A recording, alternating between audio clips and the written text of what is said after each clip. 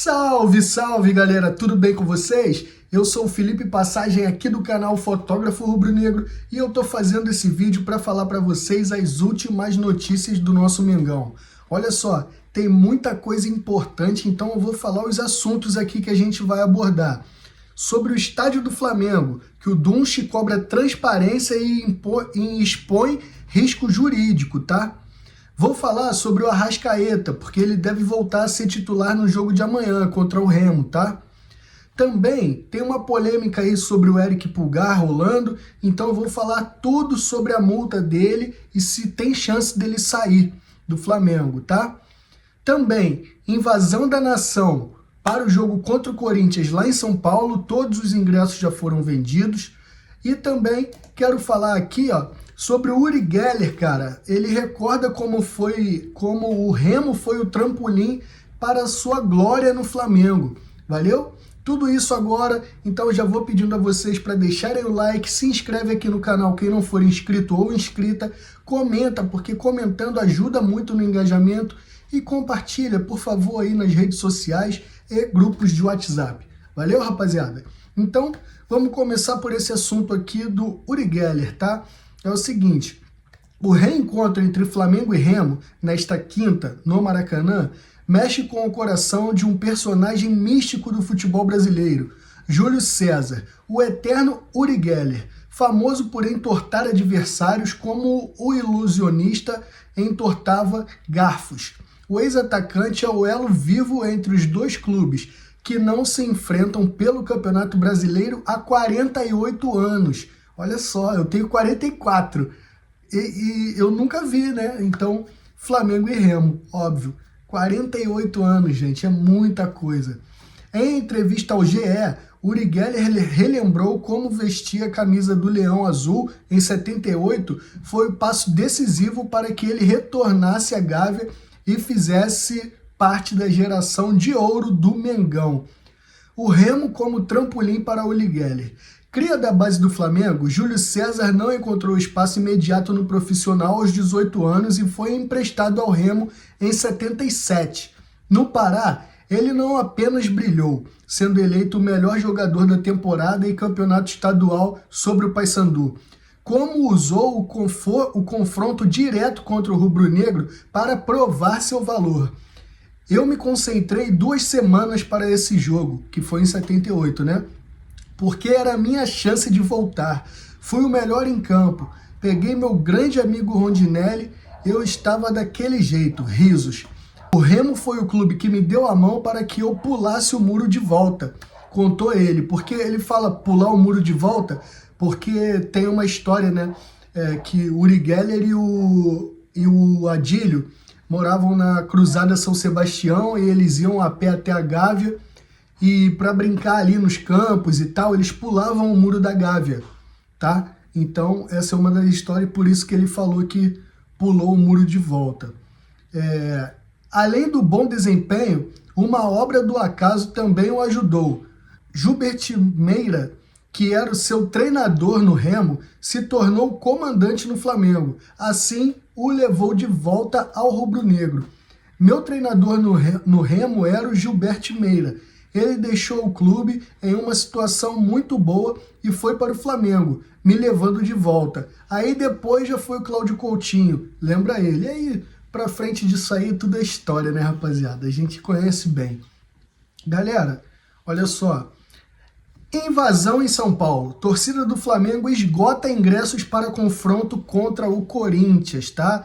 Então é o seguinte... A nação prometeu e cumpriu. Em menos de 24 horas após a abertura das vendas para o público geral, a torcida do Flamengo esgotou toda a carga de ingressos destinada ao clube para o confronto contra o Corinthians. A partida, válida pela 8ª rodada do Brasileirão 2026, acontece no próximo domingo, dia 22, às 8h30, na Neoquímica Arena, tá bom? Então, é bem importante isso, só que eu não gosto muito de falar em invasão quando se trata da torcida do Flamengo. Porque quando são outras torcidas, realmente é invasão. Os caras têm que viajar para todo canto do país. Mas a torcida do Flamengo não, né? Porque a torcida do Flamengo é nacional. Lá em São Paulo tem muitos flamenguistas. Então, provavelmente, Vai viajar gente daqui, é óbvio, mas de qualquer forma seriam vendidos todos os ingressos, porque lá tem como lotar de flamenguistas. Valeu? É só uma aspas. Vamos lá. Eric Pulgar vai sair do Flamengo, Felipe? A verdade sobre a multa milionária e o interesse da MLS, tá? Vamos lá. O meia Eric Pulgar atingiu o topo das pesquisas no Google nesta quarta-feira, com torcedores buscando uma resposta para a pergunta: Eric Pulgar vai sair do Flamengo?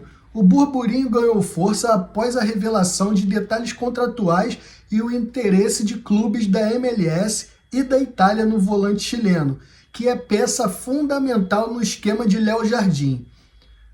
O principal motivo para a preocupação da torcida é a cláusula no contrato de Pulgar. Segundo o jornalista chileno José Tomás, a multa rescisória do jogador sofre redução semestrais de $500 mil. Com isso, a partir de junho de 2026, o valor para tirar o volante da Gávea será de apenas $4 milhões. Apenas, né? Ou R$20 milhões aproximadamente. Um valor considerado baixo para os padrões internacionais de um titular da seleção. Esse preço de vitrine atraiu sondagens de 2 clubes da MLS dos Estados Unidos, além de equipes do Oriente Médio e da Itália. Os interessados consultaram questões salariais em janeiro e sinalizaram que podem oficializar propostas assim que a multa atingir o patamar mais baixo na janela do meio do ano. E eu acho que também o River Plate também está de olho, tá? O River Plate também. Mas vamos ver agora se o Flamengo pretende vender ou não. A resposta é curta, é não. Apesar do assédio e da desvalorização programada da multa, a diretoria rubro-negra não tem qualquer intenção de se desprender do atleta. Conforme relatado por Fernandes Pumarino, Leonardo Jardim considera Pulgar o maior do meio-campo, o motor do meio-campo, e o jogador com melhor leitura tática do elenco. O Flamengo quer seguir com ele, não acreditem em boatos que o clube quer vendê-lo, afirmou o jornalista. Então isso é muito importante, não ficar caindo nesses boatos, nessas fake news, porque como eu dei barrigada ontem depois de uma notícia de até uma grande jornalista, que é a Raíza Simplício, eu também repassei isso sobre o Bruno Henrique e acabou que ele e o staff vieram desmentir, né? Então não acreditem em qualquer coisa que vocês vejam, tá? Pulgar não vai sair do Flamengo. Arrascaeta agora, galera. Vamos falar sobre ele. Por favor, peço o like, se inscreve, comenta e compartilha, que ajuda muito o canal. Eu quero crescer com esse canal porque isso está me fazendo muito bem. Vamos lá.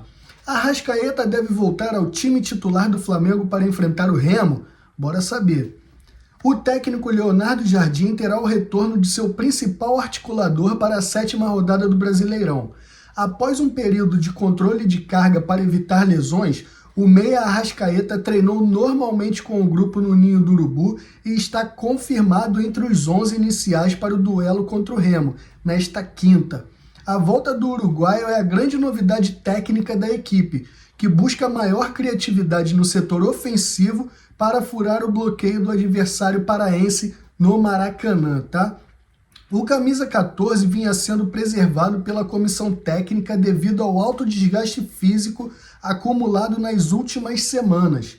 Após iniciar a última partida no banco de reservas e realizar trabalhos específicos de recuperação muscular, os testes de fisiologia indicam que o atleta está apto para atuar desde o início. Com o retorno, Arrascaeta assume a função de maestro central, liberando Lucas Paquetá e Samuel Lino para jogarem mais espetados pelas pontas. Então, pode ter essa mudança aí. Eu não sei, porque aqui tá falando, é o site Mundo Bola, que eu confio muito, eu sempre uso para levar informações para vocês, mas está falando já que ele está confirmado entre os 11. Mas eu não sei não. Vamos ver amanhã. Eu só gosto de falar certeza quando sai a escalação. Antes da escalação, tudo é interrogação. Até rimou, né? Antes da escalação, tudo é interrogação. Vamos lá. Estádio do Flamengo. O Dunche cobra transparência e expõe risco jurídico no terreno. Vamos entender isso aqui, gente. O projeto do estádio próprio do Flamengo voltou ao centro do debate político na Gávea. Desta vez, o ex-vice-presidente geral e ex-candidato à presidência, Rodrigo Dunche, utilizou suas redes sociais para cobrar esclarecimentos objetivos da atual diretoria. O foco da crítica reside na formalização jurídica do terreno arrematado no gasômetro e no cumprimento de acordos firmados ainda em 2024, tá? Segundo Dunche, a atual gestão herdou um cenário equacionado, mas que parece ter sofrido retrocessos. O imóvel, fruto de desapropriação da prefeitura, foi alvo de questionamento judicial pela Caixa Econômica Federal devido aos CEPACs, que são os certificados de potencial adicional de construção, né? Que impactam o valor real do terreno. Para evitar um litígio que poderia durar décadas, um acordo de mediação foi firmado em outubro de 2024 entre o Flamengo, a Caixa, a Prefeitura e a União, pelos termos citados por Dunche. O Flamengo pagaria um complemento de 23 milhões em 5 anos e a Prefeitura realocaria os CEPACs em outros ativos da Caixa para compensar o banco, tá? Então, o Dunche cobrou, né? A cobrança é o seguinte: o ponto de maior tensão na fala do ex-diretor é a suposta formalização definitiva deste acordo. Dunche ressalta que, embora o atual presidente e o prefeito do Rio tenham anunciado em agosto de 2025 que a solução estava equacionada com um horizonte até 2036, faltam respostas claras sobre a validade do que foi pactuado anteriormente, tá? Então, tem a frase dele. É importante que a atual gestão esclareça objetivamente se o acordo firmado em 2024 permanece válido, disparou Dunche, tá? Ele questiona se houve alteração nos termos e qual é a situação jurídica real do imóvel hoje. Para a oposição, o silêncio institucional pode colocar em risco a consolidação da posse e o cronograma de obras do sonho da casa própria, tá? Enquanto a torcida esgota ingressos para os jogos em estádios rivais, como a Neoquímica Arena, a política interna ferve em torno da segurança patrimonial do rubro-negro. O Flamengo, como instituição, deve transparência sobre o tema, especialmente por envolver recursos públicos e compromissos firmados em ambiente de mediação federal. Até o momento, a atual gestão não emitiu uma nota em resposta aos questionamentos de Rodrigo Dunche, tá? Então é isso aí. Já começou a ferver a Gávea. É sempre de lá que partem as crises. É muita disputa por poder, por ego. Então, cara, assim, eu vejo o BAP com bastante interesse em fazer o estádio, em construir o estádio, mas não quer destruir as finanças do clube para ficar, vamos dar o exemplo do Corinthians, não quer ficar assim, entendeu? Então, ele pretende fazer o estádio, construir ou deixar um caminho já programado para os próximos que virem, próximos presidentes. Mas ele não quer, diminuir o potencial de investimento no time profissional de futebol e ficar sem ganhar títulos, correr riscos para poder construir o estádio. Ele falou, eu tenho por 29 anos o Maracanã, ainda tenho o Maracanã, ou 19 anos eu acho, né? Por mais de 19 anos. Então ele tem esse tempo ainda para pensar em construir o estádio com calma, para não endividar o clube. E ele pretende fazer tipo uma caixinha, pelo que eu estudei antes, já há algum tempo atrás, e guardando um dinheiro para que faça à vista. Não pretende pegar empréstimo, porque o juros está muito alto. Então ele pretende ir guardando lucros e lucros e lucros do Flamengo para aí sim dar o pontapé inicial da obra e depois não ficar uma obra paralisada, né? Como a gente sabe que acontece muito por aí. Então, cara, eu dou razão ao BAP, tem que ser com calma. A gente tem o Maracanã por enquanto, a gente não joga mal no Maracanã, o Flamengo tem um retrospecto excelente no Maracanã, então vale a pena realmente fazer o estádio, tem que ser feito, mas com calma, vamos com calma, né? Rapaziada, esse foi o último vídeo de hoje, o último assunto. Eu espero que vocês fiquem bem, terminem esse dia bem. Amanhã tem Flamengo, pra caramba, amanhã ó, vai ter o Flamengo na semifinal da Libertadores Sub-20, tem Fla Basquete, tem Fla Vôlei, tem o futebol profissional e também no mesmo horário do jogo do futebol profissional vai ter o sorteio da fase de grupos da Libertadores. Eu vou me aprofundar mais amanhã sobre esses assuntos, tá bom? Por hoje é só, fiquem com Deus, uma boa noite aí. Tchau, tchau, rapaziada. Saudações rubro-negras, valeu!